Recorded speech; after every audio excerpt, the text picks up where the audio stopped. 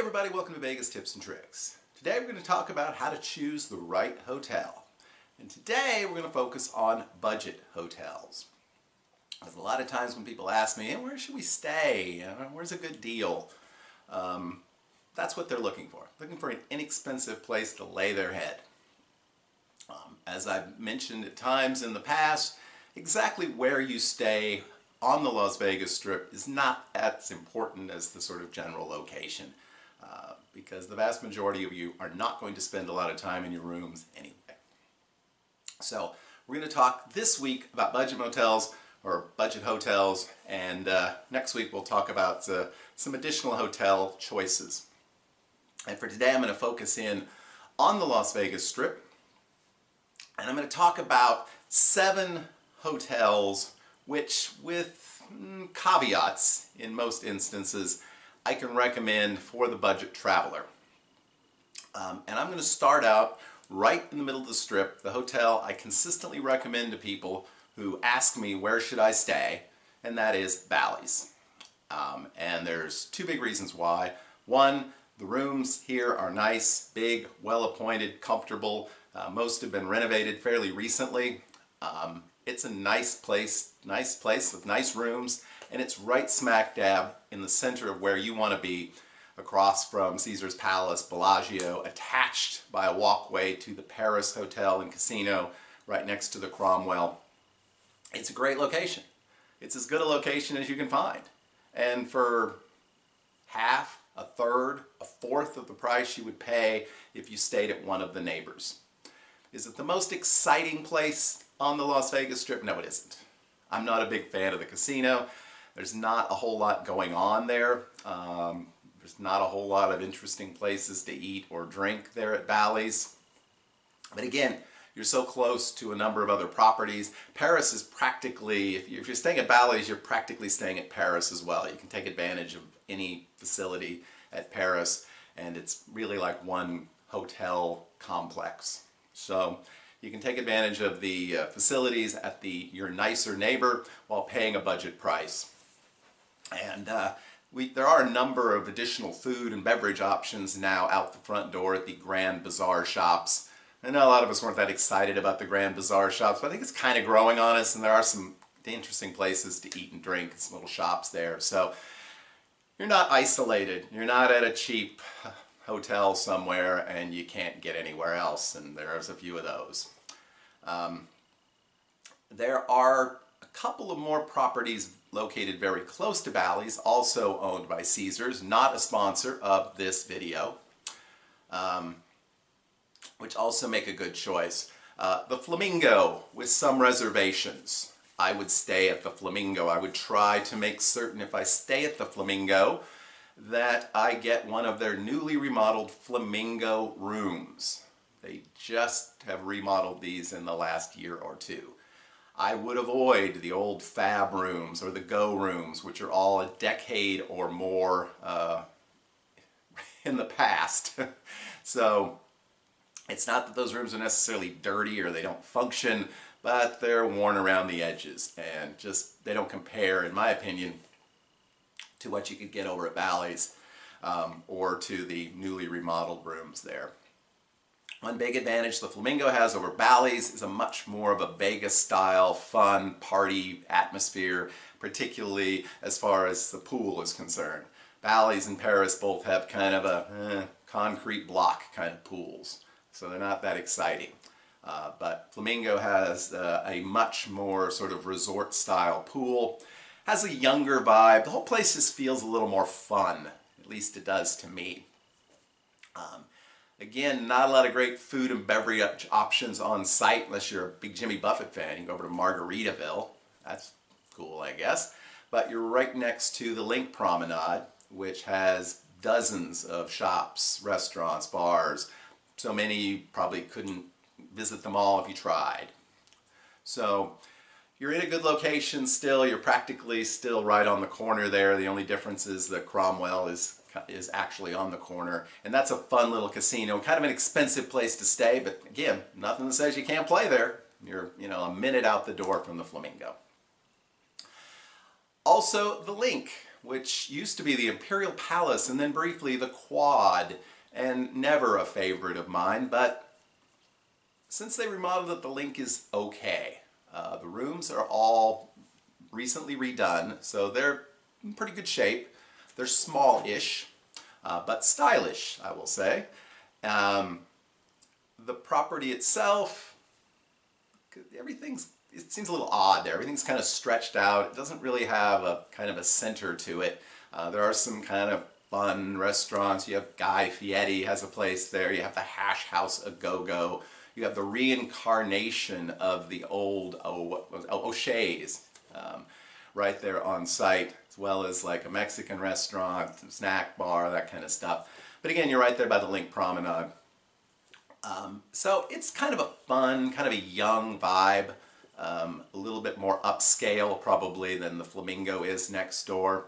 And again, you're right there in that same general area, so you have access to a lot of the other hotels and casinos along the way. A couple of properties located just north of here that I'm less fond of, mostly because of the location, would be Harrah's and Treasure Island. Harrah's is the last of the Caesars resorts that I'll mention. Again, if you're going to stay there, not a bad place to stay at all, but if you do, try to get one of the newly remodeled Valley rooms. I just stayed in one about 6 months ago. They're pretty nice. I mean, it's not fancy, but you know, if you're looking for fancy, the show on budget hotels is not the one to watch. That might be coming up here in a week or two. So you have a lot of shows on site. You have a lot of restaurants and bars and stuff right there in that facility. A very middle class, middle of the road, middle of America kind of vibe. I don't like the casino as much. Again, kind of very spread out and low ceilings. Just doesn't give off a fun vibe to me, but you might enjoy it. And again, not a bad place to stay. You're starting to get a little further from the center of the action, but a good spot perhaps if you want to spend some time over at the Venetian or the Wynn. It's not too far a hike from there. So a decent choice, can be a really good choice, and certainly not a bad choice as well. And I'd say the same thing about Treasure Island. And many of you may remember Treasure Island from 25 years ago when it was kind of the big sort of family fun themed attraction on the Strip. Well, there's no pirate show anymore. There's not much evidence of pirates anywhere around there, to be honest. And it's just become kind of a it's their kind of hotel and casino. But it's become relatively cheap. They certainly merchandise themselves, market themselves as a budget property. There is a lot to do, kind of odd things. There's a Señor Frogs, but there's also a country western bar. There's a drag show on the weekend, but there's also the Avengers. There's Cirque du Soleil. But, you know, this is kind of a little bit of a grab bag, a mall of attractions, trying to draw people in. And to be honest, unless you're going to one of those attractions, there's not much to sort of make you want to go in here. It's just another casino. But it's okay, and it's close enough to some of the other attractions that it's not a bad place to stay, particularly if you can swing some kind of a deal. On their website, they usually have some deals, so check it out.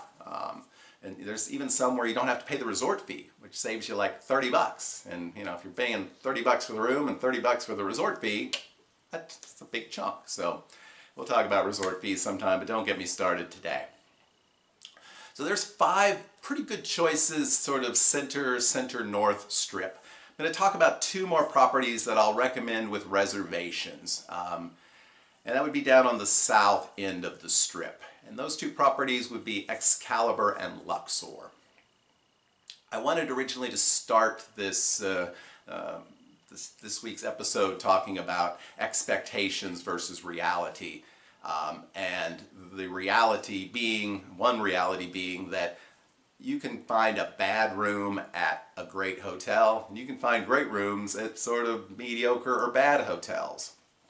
And a lot of what you see as good or bad is going to be based upon your expectations.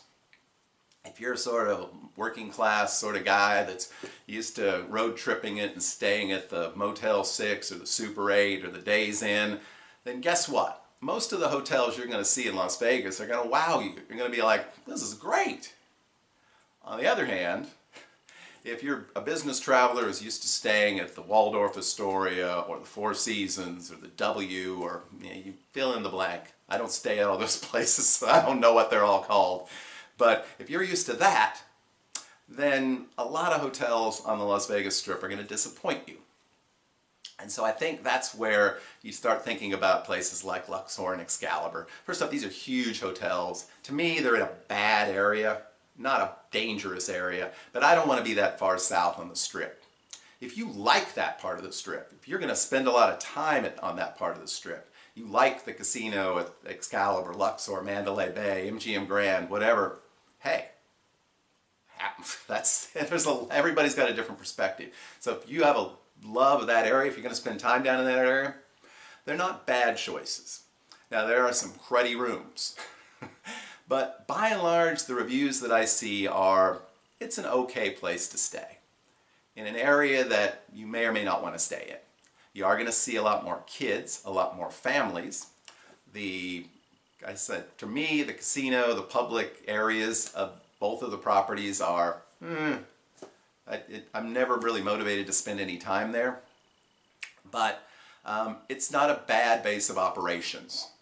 Again, try to get the most recently remodeled rooms. Okay, try to maybe stay when there aren't going to be as many families and kids around, because to me that kind of, I don't know, it doesn't improve the vibe for me. If it does for you, then hey, there's a place to stay instead of that other place on the north end of the Strip that we're not going to talk about. I'm not going to talk about places you shouldn't stay. But if I didn't mention it and it's cheap, I don't advise you stay in there. So anyway, to kind of sum up, Bally's good. Flamingo Link, pretty good. Harrah's, Treasure Island, decent choices, not ideal locations. And if you want to be on the south end of the Strip, Excalibur, Luxor, okay. So that's my recommendations for budget properties, my caveats there. Again, if you want a great pool, Flamingo. If you want that young, fun vibe, Link. If you want low ceilings, Harrah's. If you want a pirate and a Señor Frogs, Treasure Island. If you want a pyramid, Luxor. Anyway, you get the idea. Every one of these properties is going to be somewhat of a compromise. It's not going to be luxury, but it can be a good experience and will, I think, be a good experience if you go in with the right expectations. So thanks once again for watching. I want to just mention we passed the 500 subscriber mark this week, so thank you, all of you who have subscribed, and I hope you'll continue to watch. We'll have more from Las Vegas this Wednesday and more about how to choose a Vegas hotel a week from today. So thanks so much for watching. Have a lucky week, and we'll see you next time.